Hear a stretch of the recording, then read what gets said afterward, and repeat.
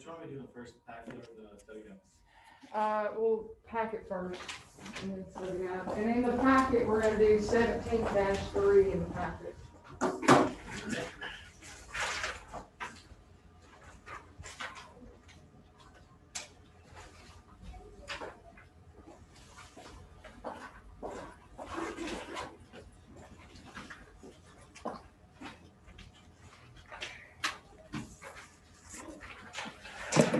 It's hot. I know. It got up to 69 degrees in here. Give me a second, I'll bump it down. I usually try around 64. It's usually what I try and keep it at.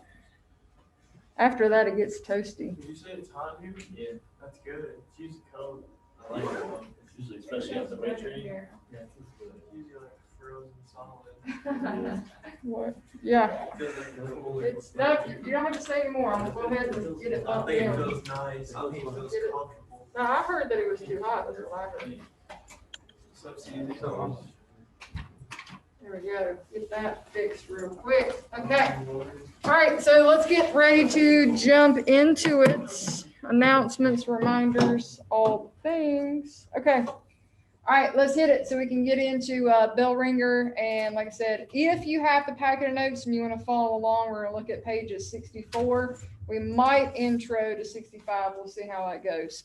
All right, let's look at your bell ringer question. Tell me this: what new technology was available during the 1920s? How did this impact daily life? So this is a great question from yesterday. Who's got the answer? What new technology did we talk about that was introduced 1920s? Automobile. Yes, that is going to be the one thing that everybody wants. You know the expression, keeping up with the Joneses? All right, everybody is going to want their own automobile. What was another fun fact that we learned? That not only is your car salesman going to try and sell you the car, but what else is going to be the other part of his job? Oh, he's going to teach you how to drive it. Yes. So he's going to be a driving instructor / car salesman / all the things, right? So as he is bringing that car to you, and I know I shared the story yesterday of a car salesman who, had written in his journal his experiences. He said, I always tried to find a flat road with no hills to try and teach them how to drive it. So anyway, all right, so that tells us part one. Part two wants to know, how did this impact daily life? Ooh, I love it. That's fantastic. Yeah, we don't have to live in the big cities anymore. Now we can commute. So now you see the birth of suburbs. People can now do road trips. And you guys probably appreciate this about your cars. A car provides you with more independence, right? And privacy. You're not on top of people like if you're riding on a train. You're not with people if you're having to be in a wagon going somewhere or whatever the case may be. So it offers you independence. It offers you more privacy, and it offers you more options. So now you don't have to live in those overcrowded, nasty, dirty cities. You can live in the suburbs and then drive into work. Fantastic. All righty. Any questions about bell ringer? If not, we're going straight into notes. And we'll pop it down just to go over a few things, and then we're going to hit your packet and your study guide. If you have a printed packet of notes, I'm almost positive it's page 64 in your packet of notes. And then we're going to hit just a couple of pieces on page 65 before we move on. But have unit packet and study guide out and ready to grab it. Oh, hold on. Be helpful if I would. There we go. Fix my screen. Okay. All right. Here's where we left off yesterday, introing into the 1920s. We're going to start with the flapper. And I completely forgot that we were going to focus on this today because I had my whole flapper costume. I even had my cigarette holder and everything. But anyway, it is what it is. So we're going to talk about the modern woman of the 1920s. Ladies are going to do a 180. What did we talk about from last week? What is so different about the woman of the 1920s, the flapper? Throw something at me. What's the difference? Ian, do you remember, just by looking at this picture, what's the major difference for a 1920s woman? What? Austin? No? Faith? So, well, really what they would do is they would, look at their skirts. Mm-hmm. There's no more long skirts. They've got makeup on. Yep. They don't have super long hair. It's like the hyper religious facade they were putting on, regardless of what they actually did. They just got to express themselves better and not be, they got to actually do things like the men back then they used to like smoke and drink and wear whatever they wanted and they did whatever they wanted. Yep. Now women could do most of the same stuff. They just Yeah, absolutely. They're going to be penalized for it because we're going to talk about the double standard here in just a second. But look at these ladies. They are exposing knees. Look, knees and shoulders. Oh my God. Shoulders. Like I said, today, I don't think Victoria has much of a secret left, right? Y'all know what I'm saying. You know what I'm saying, right? Yeah, anyway. But the lady of the 1920s has done a 180. We've gone from being completely covered from neck to feet and everywhere in between. Because if you exposed any kind of skin, you were considered to be a woman of the night. You just did not expose skin. But ladies are going to get some freedom. During World War I, when our women are called to take up all the jobs left behind by either men that were drafted or volunteered to go to work, these ladies got a taste of what life was like to have a job and a paycheck and independence and freedom and to have some free time. They got a taste of it. Now, some women will very willingly go back home and go back to that life of domesticity, to where they're the housewife, mother, and they're fine with that. But there are a lot of women that liked that new taste of freedom and they're ready for a change. And that is exactly what our 1920s flapper women are. Rich, poor, city, farm, it doesn't matter, anywhere in between. And they say that flappers were as standardized as chain hotels. From afar, they all looked the same. They all had the same characteristics. The bob, cutting hair, that was a big one. Because you're a Victorian era woman, had long hair, but it was always kept up. It was either in a bun or a braid or kept up in a hat. But cutting the hair, and again, the bob was the most popular hairstyle. We're cutting their hair, we're changing dresses, and most dresses are very loose fitting, just because of the new style of dance. Just like gentlemen, our gentlemen are going to be wearing zoot suits, the looser, baggier pants, almost like a bell-bottom pants. They're loose, and it's because they got to be able to move and get jiggy with it, right? I know that's not pop. Back in my day, that was a popular song, but anyway. So they've got to be able to move around when they're going to these speakeasies and secret drinking clubs, and they're going to listen to jazz music. So the looser fitting dresses, not wearing the corsets. Fun fact, did you know that back in the day that, of course, when women were wearing corsets, it was popular that the tighter you could squeeze them to give them that hourglass shape, that some women were willing to let it crack ribs, that they would, to be squeezed so hard that it was actually cracking ribs. And that, it was not uncommon at a party for women to pass out because they were not getting enough oxygen. It was just like, it's all right, prop her back up, she'll be fine in a few minutes. But they're like, no, this is ridiculous. The whole pain is fashion thing that needs to go. So again, we're smoking, we're drinking, we're doing things that had always been allowed for men to do out in public. But a lot of it does stem from women getting that taste of independence during World War I. But we talked about the double standard, all right? How women that are doing these things, again, that had been socially appropriate for men for a very long time, were being called, flapper is not a good name. If you were called that in the 1920s, it was not a positive nickname to be given. We don't say it as that today because these women are paving the way for changes that needed to happen. But of course, change is not always a good thing. And sometimes we see things kind of, people dragging their feet on change coming in. Okay. All right. Let me move on because if I get into stories, I'll get behind on our time. There she is. She's getting her hair cut. Let's get into gangs and prohibition and the Scopes trial. Last couple of topics. All right, prohibition. So we know, again, we need to remember this for midterm next week, that alcohol gets banned in 1920. All right, 18th Amendment takes it out. Does anybody remember what amendment reverses it and brings it back? 21st, sorry, they just threw it out there. It's all good, it's all good. So 18th Amendment takes it away. It is illegal to sell, consume, and manufacture alcohol. So 18th Amendment takes it out. And again, it's human nature. If it's something you're used to having. For you guys, the best example I can give you is cell phones.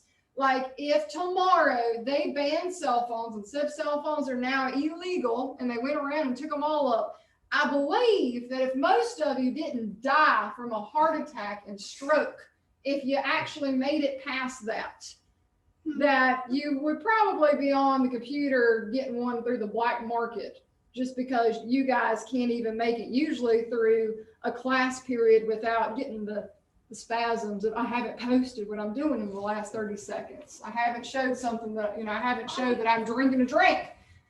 Does everybody know that I'm still alive because I didn't Snapchat or tweet or text or post or I don't know, all the things. But anyway, so we know because people are not just going to overnight give it up, that there's going to be a market to sell it. And that's what guys like Al Capone, Bugs Moran, Machine Gun Kelly, all of these gangsters are going to capitalize on selling alcohol because everybody's still going to want it. And we're going to have all these secret drinking clubs pop up. We call them speakeasies. It could be in somebody's basement. It might be inside a legit business. There were pharmacies and drugstores, like a CVS is an example, that during the day, it was a legit business. But after hours, they opened up the back door, and really, this is really cool because I've seen pictures of it, but they've got it to where you hit buttons and the shelves flip. And as soon as the shelves flip, there's all your alcohol bottles. So after hours, it would turn into a speakeasy, a secret drinking club. And this is, of course, the time period where we have to hire bouncers. We need somebody at the back door making sure it's not the police trying to raid it, right? And so you would have secret knocks to know that you knew, that's what it was, right? Or code words, Joe sent me, all right? So you have those ways to get into speakeasies. And then bootleggers are people who are selling it, like finding it and selling it. Like I said, we were figuring out how to soup up our engines because as long as your car could go faster than whose?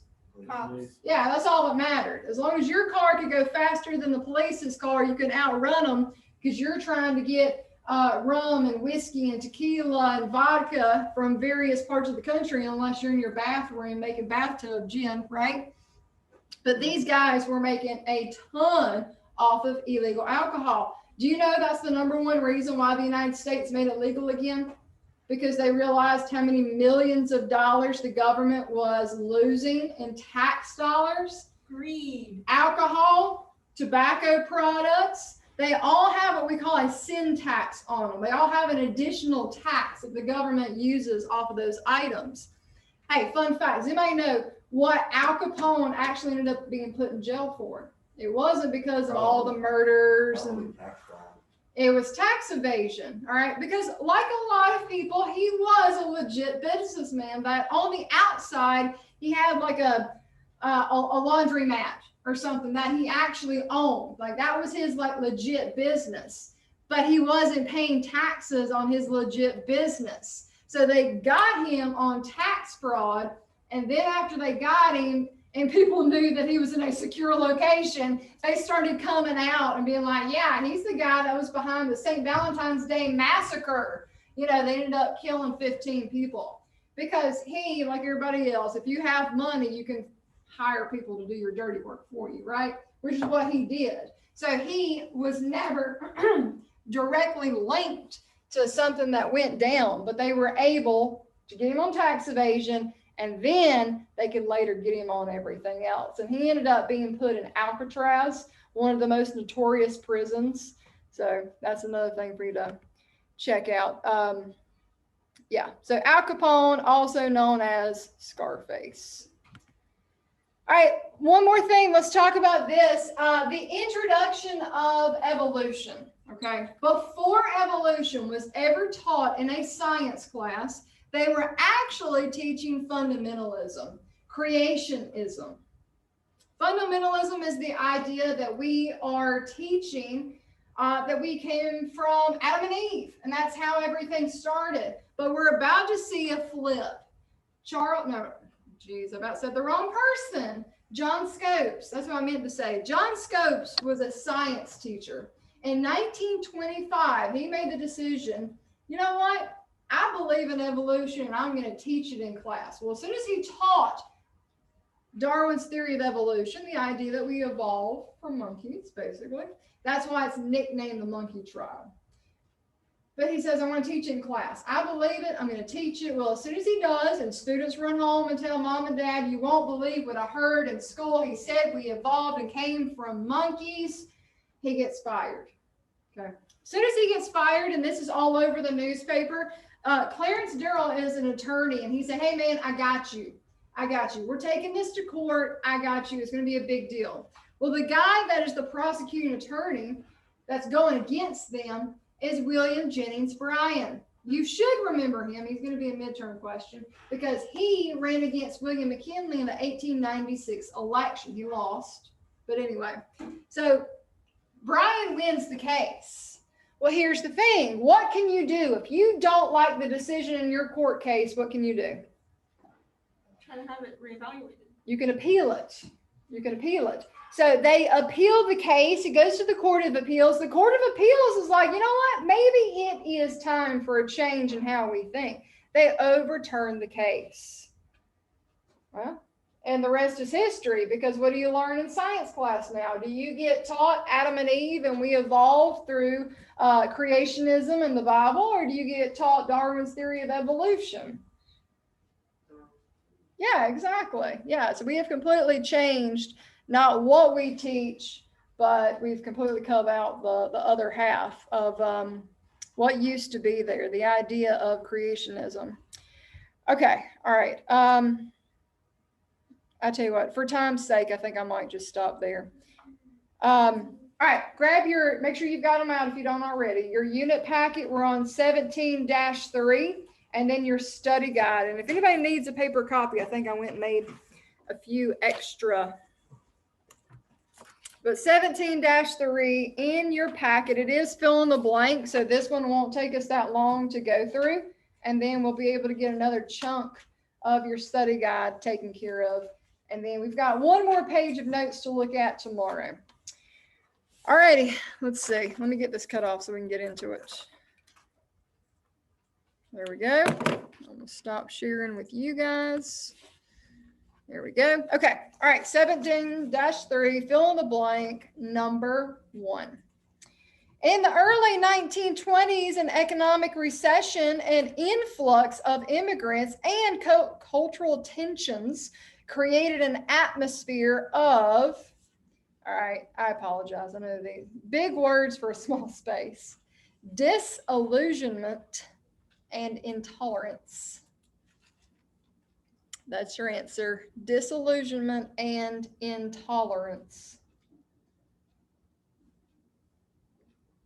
Disillusionment and what? Intolerance. Let's see if you remember number 2, because we talked about this yesterday. What was the case that reflected fear and prejudice against immigrants? These 2 guys were anarchist immigrants. They ended up being executed on sketchy evidence.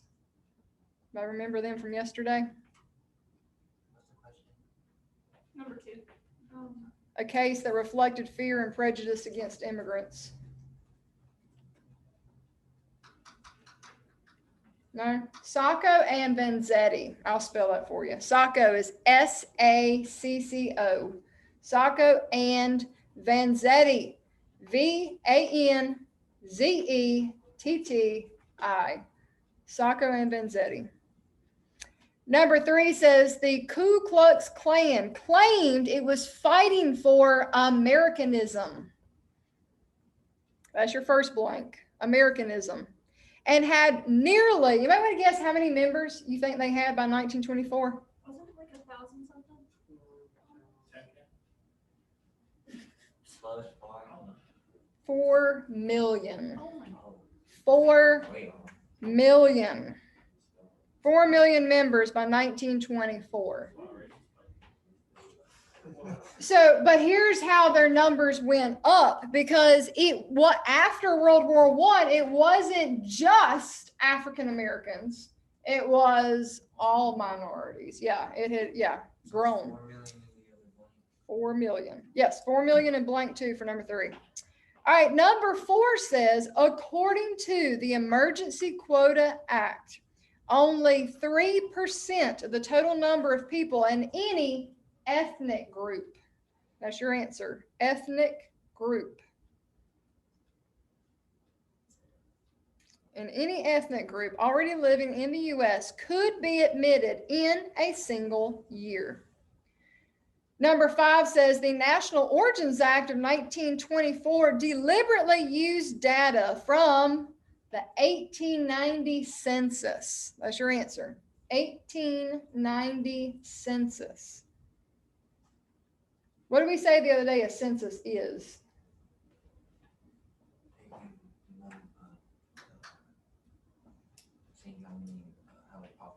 Population survey. Yeah, and we do it every, how often? Every 10 years. Good. Yep. Number 6. All right, there's 3 blanks for number 6. Employers desperately needed laborers for 3 things: agriculture, mining, and railroads. Agriculture, mining, and railroads.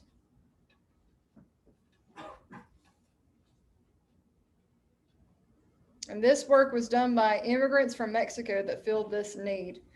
Number 7, many groups that wanted to restrict immigration also feared the new morality that glorified 2 things: youth and personal freedom. Those are your answers: youth and personal freedom.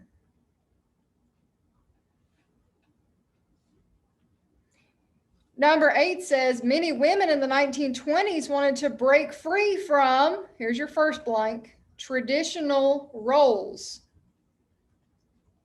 Traditional roles. And expected behavior. Behavior is your second blank. What? Expected behavior. Like, they wanted to break free from, like, having to wear, the long skirts, cover everything, have their hair real long. And the expected behavior would be, go get in the kitchen, basically. Yeah, Like, housewife, they stopped mother, liking that. seen but not heard. Yeah. Yeah. Like arm candy is another word for that.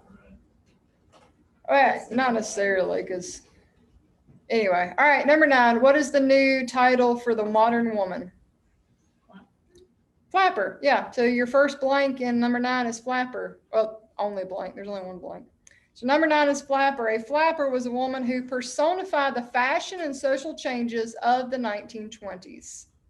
Number 10 says many Americans embraced the new morality while others feared the loss of, here's your answer, traditional values. Traditional values.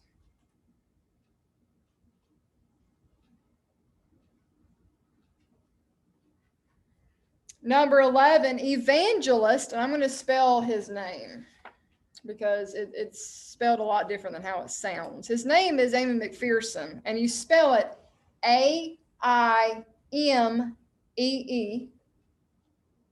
McPherson is MC, capital P, Herson. Evangelist Amy McPherson conducted revivals and faith healings in a flamboyant theatrical style, because we almost have like another religious revival happening during this time period. Hence why we condemned alcohol and got rid of it with the 18th Amendment. Number 12, we talked about this trial just a second ago. These Scopes trial, nicknamed what? What did I say we nicknamed it? The monkey trial. Yeah. So Scopes trial or monkey trial, whichever one you want to call it, was about the teaching of evolution in schools. All right, last couple, number 13. The 18th Amendment specifically granted federal and state. That's your answer. Federal and state. Federal and state governments the power to enforce prohibition. Number 14, as the Treasury Department struggled to enforce prohibition, here's your answer. Organized crime. Organized crime thrived on the illegal trade in alcohol. And last but not least, number 15. 15's got two blanks. Prohibition ended, blank one is in 1933. 1933, with the ratification of, and I need you guys to make me proud, what's the number of the amendment that brings it back? 21st. So 21st is your second answer. All righty. Any questions, comments, or concerns about the packet? If not, we're going to the study guide, and we are on the back of the first page in the study guide. What is what's the title of that page? Immigration, urbanization. Okay. I did make a few more copies. Does anybody need a paper copy or want a paper copy of the study guide that doesn't already have one? All right, just flip it to the back of that first page. Okay, here we go. Study guide. We are on immigration, urbanization, and populism. All right, follow along with me. If I go too fast or if you miss something, please slow me down or stop me. All right, number 1. How did immigration change in the later 1800s? All right, so short answer is you can just put new immigration, but you have to remember what new immigration means. So new immigration means they're coming from Southern and Eastern Europe, and it also includes Asian immigrants. But you can just put new immigration as your answer. But again, make sure you know where it is they're coming from. Did you say Southern and Eastern? Southern and Eastern, yeah. Southern and Eastern Europe. All right, number 2. What are ethnic neighborhoods? You could call them ghettos. And examples of these ethnic neighborhoods and ghettos would be like Chinatown, Little Italy, that you would find in big cities like Chicago, Los Angeles, New York. Number 3, what group did the government ban from further immigration in 1882? Surprise me by knowing the answer. In 1882? It was the Chinese. Chinese. Yeah, answer is Chinese. All right, Chinese for number 3. Number 4, what were the cramped, poorly built apartment buildings of the cities called?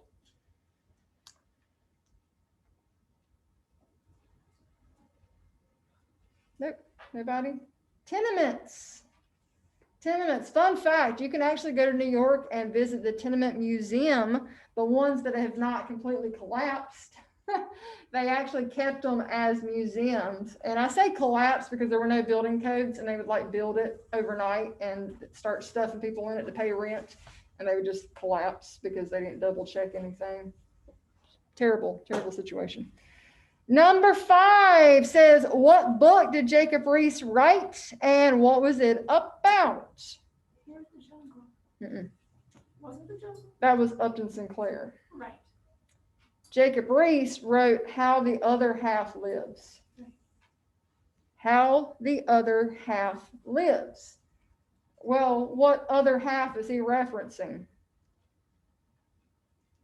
Who's he showing pictures of? Poor. Yeah, the poor. So that's your answer to that second part. What's it about? The poor. He's showcasing the have-nots, the people that are living in poverty and filth. All right, number 6. Who started Hull House in Chicago? And what was Hull House? And their pictures are on here. Like that's Jacob Riis's picture, and right above him, her name is Jane Addams. And it's Jane Addams with 2 D's, Addams. Jane Addams. And Hull House was a homeless shelter for women and children. So Jane Addams, homeless shelter for women and children.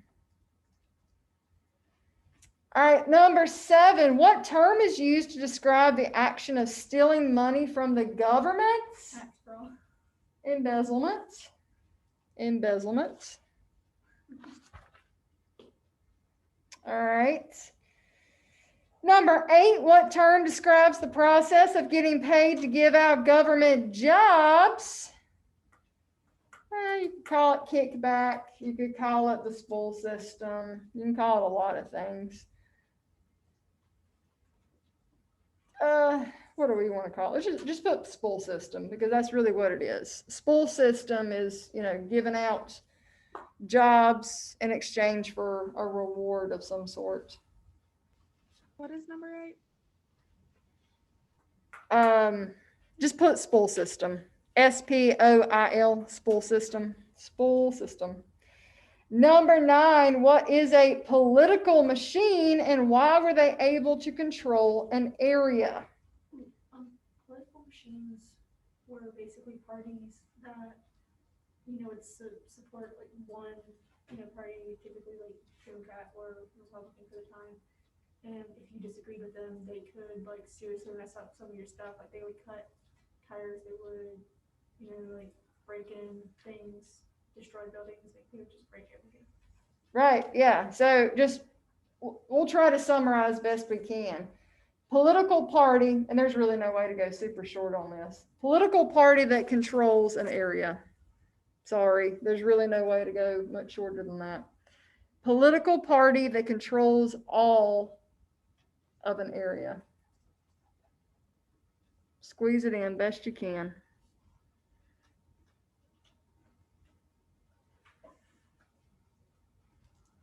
And the second part to that, why were they able to control all of an area? Well, there's multiple reasons. Lack of services, lack of help, overcrowded cities. I mean, there's a lot of problems there that need to be fixed.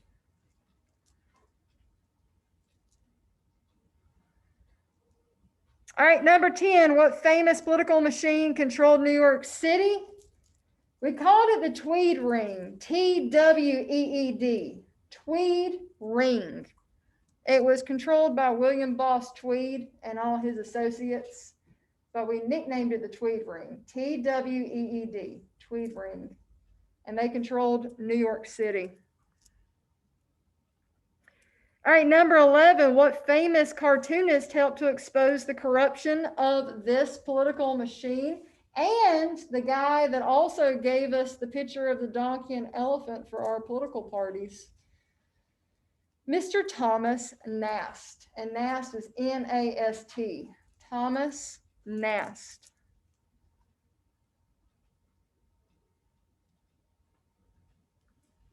Number 12, which president was assassinated over trying to reform the corrupt government? Ooh, this is a good one. We've only had 4 presidents ever be assassinated. Who was it that got assassinated? He got shot in the back. Garfield. James Garfield. James Garfield. You know what? I'm really super impressed that you remembered that. I didn't have anybody in second block remember. I remember because of the cat thing. Ah, that's a good one. Fantastic. All right, 13. What is the Pendleton Act? Let's just put this. Ends spoil system. I mean, that's what it does, but that's a short definition. Ends spoil system.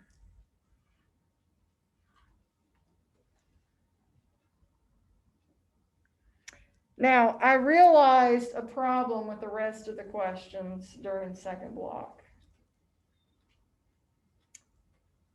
The rest of the questions on this page are actually the bottom questions from page 1. So, I'm not going to waste your time or mine repeating the same answer for the same questions. So, you're going to mark out 14 through 25. You're going to mark out 14 through 25. It's the same questions that we answered yesterday on the front page, on the page that says West Industry and Urbanization. So I apologize for that because I realize now I could have like thrown in an extra 50 questions if I had fixed that. I'm so sorry, guys. We're missing out on a good probably 50 questions I could have put on here. It's perfectly fine. Man, that stinks. What was number 1? I couldn't hear you. New immigration. Okay, all right, so what we have left is the second page, front and back. For time's sake, we're going to stop there because I want to make sure I give people time to work on. Don't forget, we're not doing the IDs together. You guys have to define those IDs by yourself. Don't forget that. So I'm going to give these guys time to do that. And then don't forget, you've got to work on your 1920s sketch. So we've got 2 things to take care of. So I'm going to give them time in class to work on those 2 things. I'll see you guys tomorrow.